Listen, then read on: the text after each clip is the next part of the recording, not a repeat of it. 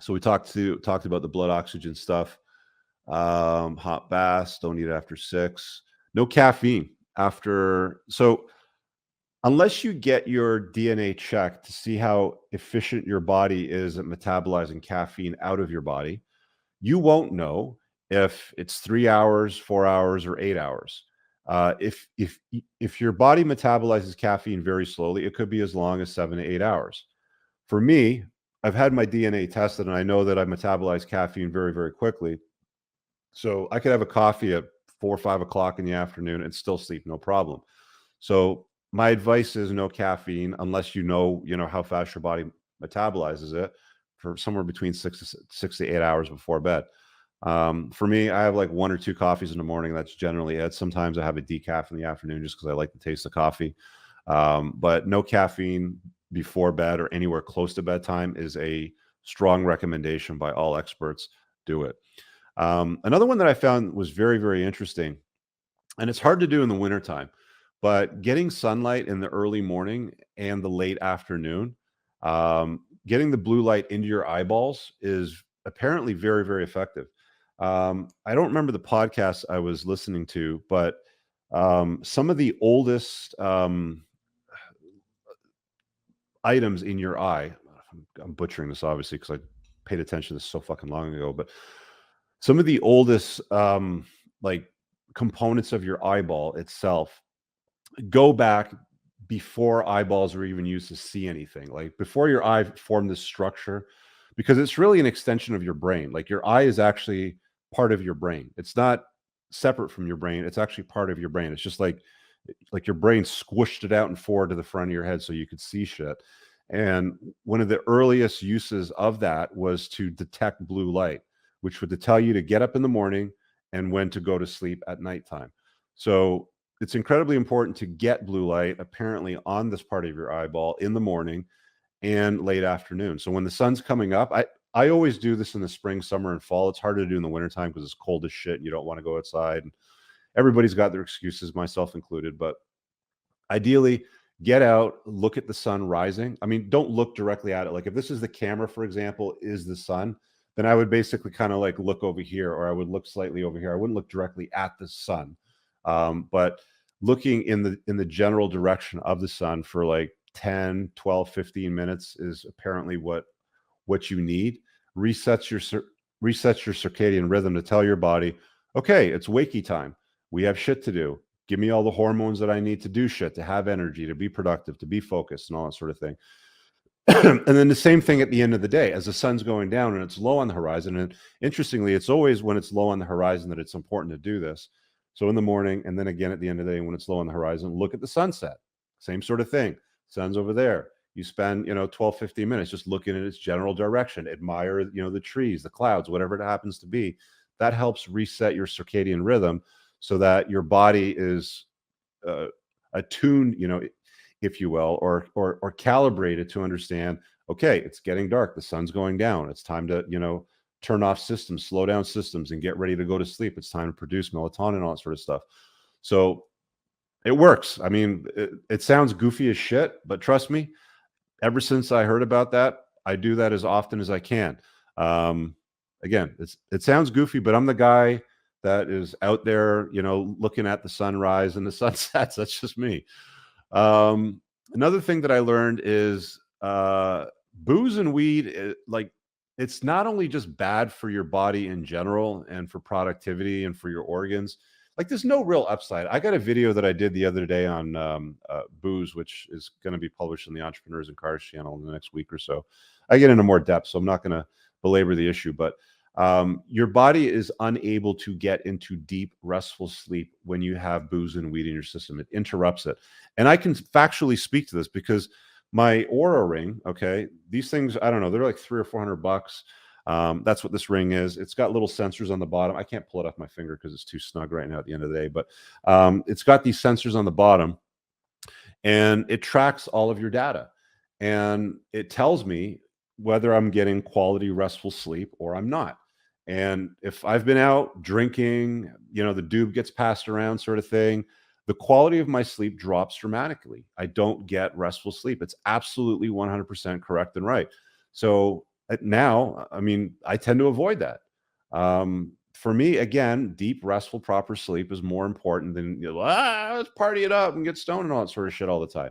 There's a time and place where it can be fun, from time to time, when you're hanging out with people and, the right moment, uh, used, you know, gingerly, if you will, but it will interrupt your sleep. So if you're one of these guys that thinks that you need to smoke a joint before you go to bed or have a glass of whatever before you go to sleep, it will interrupt your sleep. It will absolutely positively disrupt your sleep. And at the best, you may sleep throughout the night, but you won't get deep, restful REM sleep, right? Which is what your body needs. So take it for what it's worth. Listen to me, don't listen to me. Doesn't matter to me. It's up to you. Next point I got is a weighted blanket. Sounds goofy, but it works. I heard for years people telling me, "Oh, you got to get a weighted blanket. They're awesome. You'll sleep better." I was like, "Yeah, well, yeah, whatever, whatever." And it's like I was going through all this stuff anyway. And when I ordered my chili pad, which I'll talk about in a little bit, I got a weighted blanket at the same time, and it's honestly it's awesome. I should have bought it sooner. They're not expensive. They're just like these blankets that have, I think they're weighted. I don't know if they're lead or heavy silicone or something, but they have like these little beads in them that are heavy. And I don't know if you've ever seen a kid swaddled, like a baby swaddled, but babies when they're small, you basically swaddle them, like you basically wrap them up like a burrito, and they're like sitting here like this sort of thing, and that comforts them and it makes them go to sleep. And there's something about having some degree of pressure or weight on your body that puts you into a state of relaxation and contributes to deeper, more restful sleep. I don't know what it is. Sounds goofy as shit, but it works. It's that whole swaddling thing from when you're a baby. It just reminds your body comfort, you're warm, close your eyes, relax, go to sleep. It works. Weighted blankets, I definitely endorse them. Go out and get one. Talked about the SpO2 monitor, talked about a sleep study. I will say this with the sleep study. I don't know if all the places are like this. Obviously, I just went to the one that I went to. What you do is you go there, you go through a full prep, the questionnaire, blah blah blah, all this shit. They take your height, your weight. They have this room that they kind of walk you through, and there's there's all these medical students at these stations, and they monitor like 3 rooms, each, for example. And they walk you to this room, which is the shittiest, most uncomfortable room possible. The mattress sucks. The fucking decor, it's like an office with like roof tiles. It's just a dog shit place. It's not a comfortable place. It's not a welcoming place, if I can put it that way. It's definitely not my bedroom. It's not a nice hotel room. It's shit. The pillows suck. The bed sucks. And then after all of that, they wire you up. They basically put, I don't know, 50 wires on you, maybe a little bit more, from essentially your head to your toe. You've got all these wires all over your body tracking pulse rate, movement, blood oxygen levels, brainwave activity, probably all this bullshit. So you're in an uncomfortable room that's not cool, without a weighted blanket, without a chili pad, with a shitty mattress, crappy pillows. It's just an awkward place. You're not going to get great sleep there. I'm going to tell you straight off the bat, you're probably going to get a worse sleep score in one of the sleep study rooms than you will in your bedroom. And I think there's a reason for that, because I was talking to my massage therapist about this, before I went to it. And she goes, everybody that leaves the sleep study clinic comes out with a CPAP machine. They want to sell you a fucking CPAP machine. In Canada, the government covers like 2/3 of the costs, and like money's not a problem for me, obviously, so I don't give a shit anyway. But like, I got a CPAP machine. I'll talk about that in a minute. But the sleep study will tell you how you're sleeping, if you're on your back, if you're on your side, if you're on your stomach, what percentage of the time, what your blood oxygen levels are, if you're snoring, how loud you're snoring, what your blood oxygen levels are at each, sleep apnea event, how many sleep apnea events you have throughout the night. Again, I believe that it collects a lot of data, but I also believe at the same time that it's also designed to make sure that you get worse sleep than you would in your own bedroom. I really wish they would have a more welcoming room for you, or at least let you plug in something at your house and collect the data from your own room, but they don't. You have to go to these places. And the data they collect is pretty fucking scary, right? It's like, holy shit, you know, you're not breathing this number of times per hour. You're snoring at this volume. I also slept on my back something like, I think 42% of the time. And I never sleep on my back when I'm at home. I always sleep on my sides. So I was probably sleeping on my back due to the discomfort of all the fucking wires and shit. When you sleep on your back, you're more prone to snore and not get good, healthy blood oxygen levels. So take it for what it's worth. You know, try to accommodate for that, knowing it if you ever do a sleep study. But it is what it is, right? It's a useful tool, but I also believe that they're also designed, you know, as a function of society, as I like to say, plugged into the code of the matrix. You know, when you see the code of the matrix, it's everywhere. It's not just wham, and it's not just money, it's not just all of these things. They want you fucking under control. And you know, if they can plug you into their shit and tell you that you're shit and you have to use their shit, then they're going to sell it to you. It is what it is. Anyway, done with the sleep study.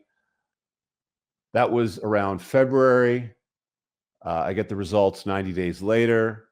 And then they say, you know, we're going to script you a CPAP machine. Fine, whatever. You know, so I ordered one of those. That took like 7 months to get. They basically called me and I was like, who are you and what are you calling me for? It was literally that long. It was almost 10 months later. So I got the CPAP machine. They suck. They're uncomfortable at first, but I do track my blood oxygen, or I was tracking it with a low key that I had for a good 2 months while I had the CPAP.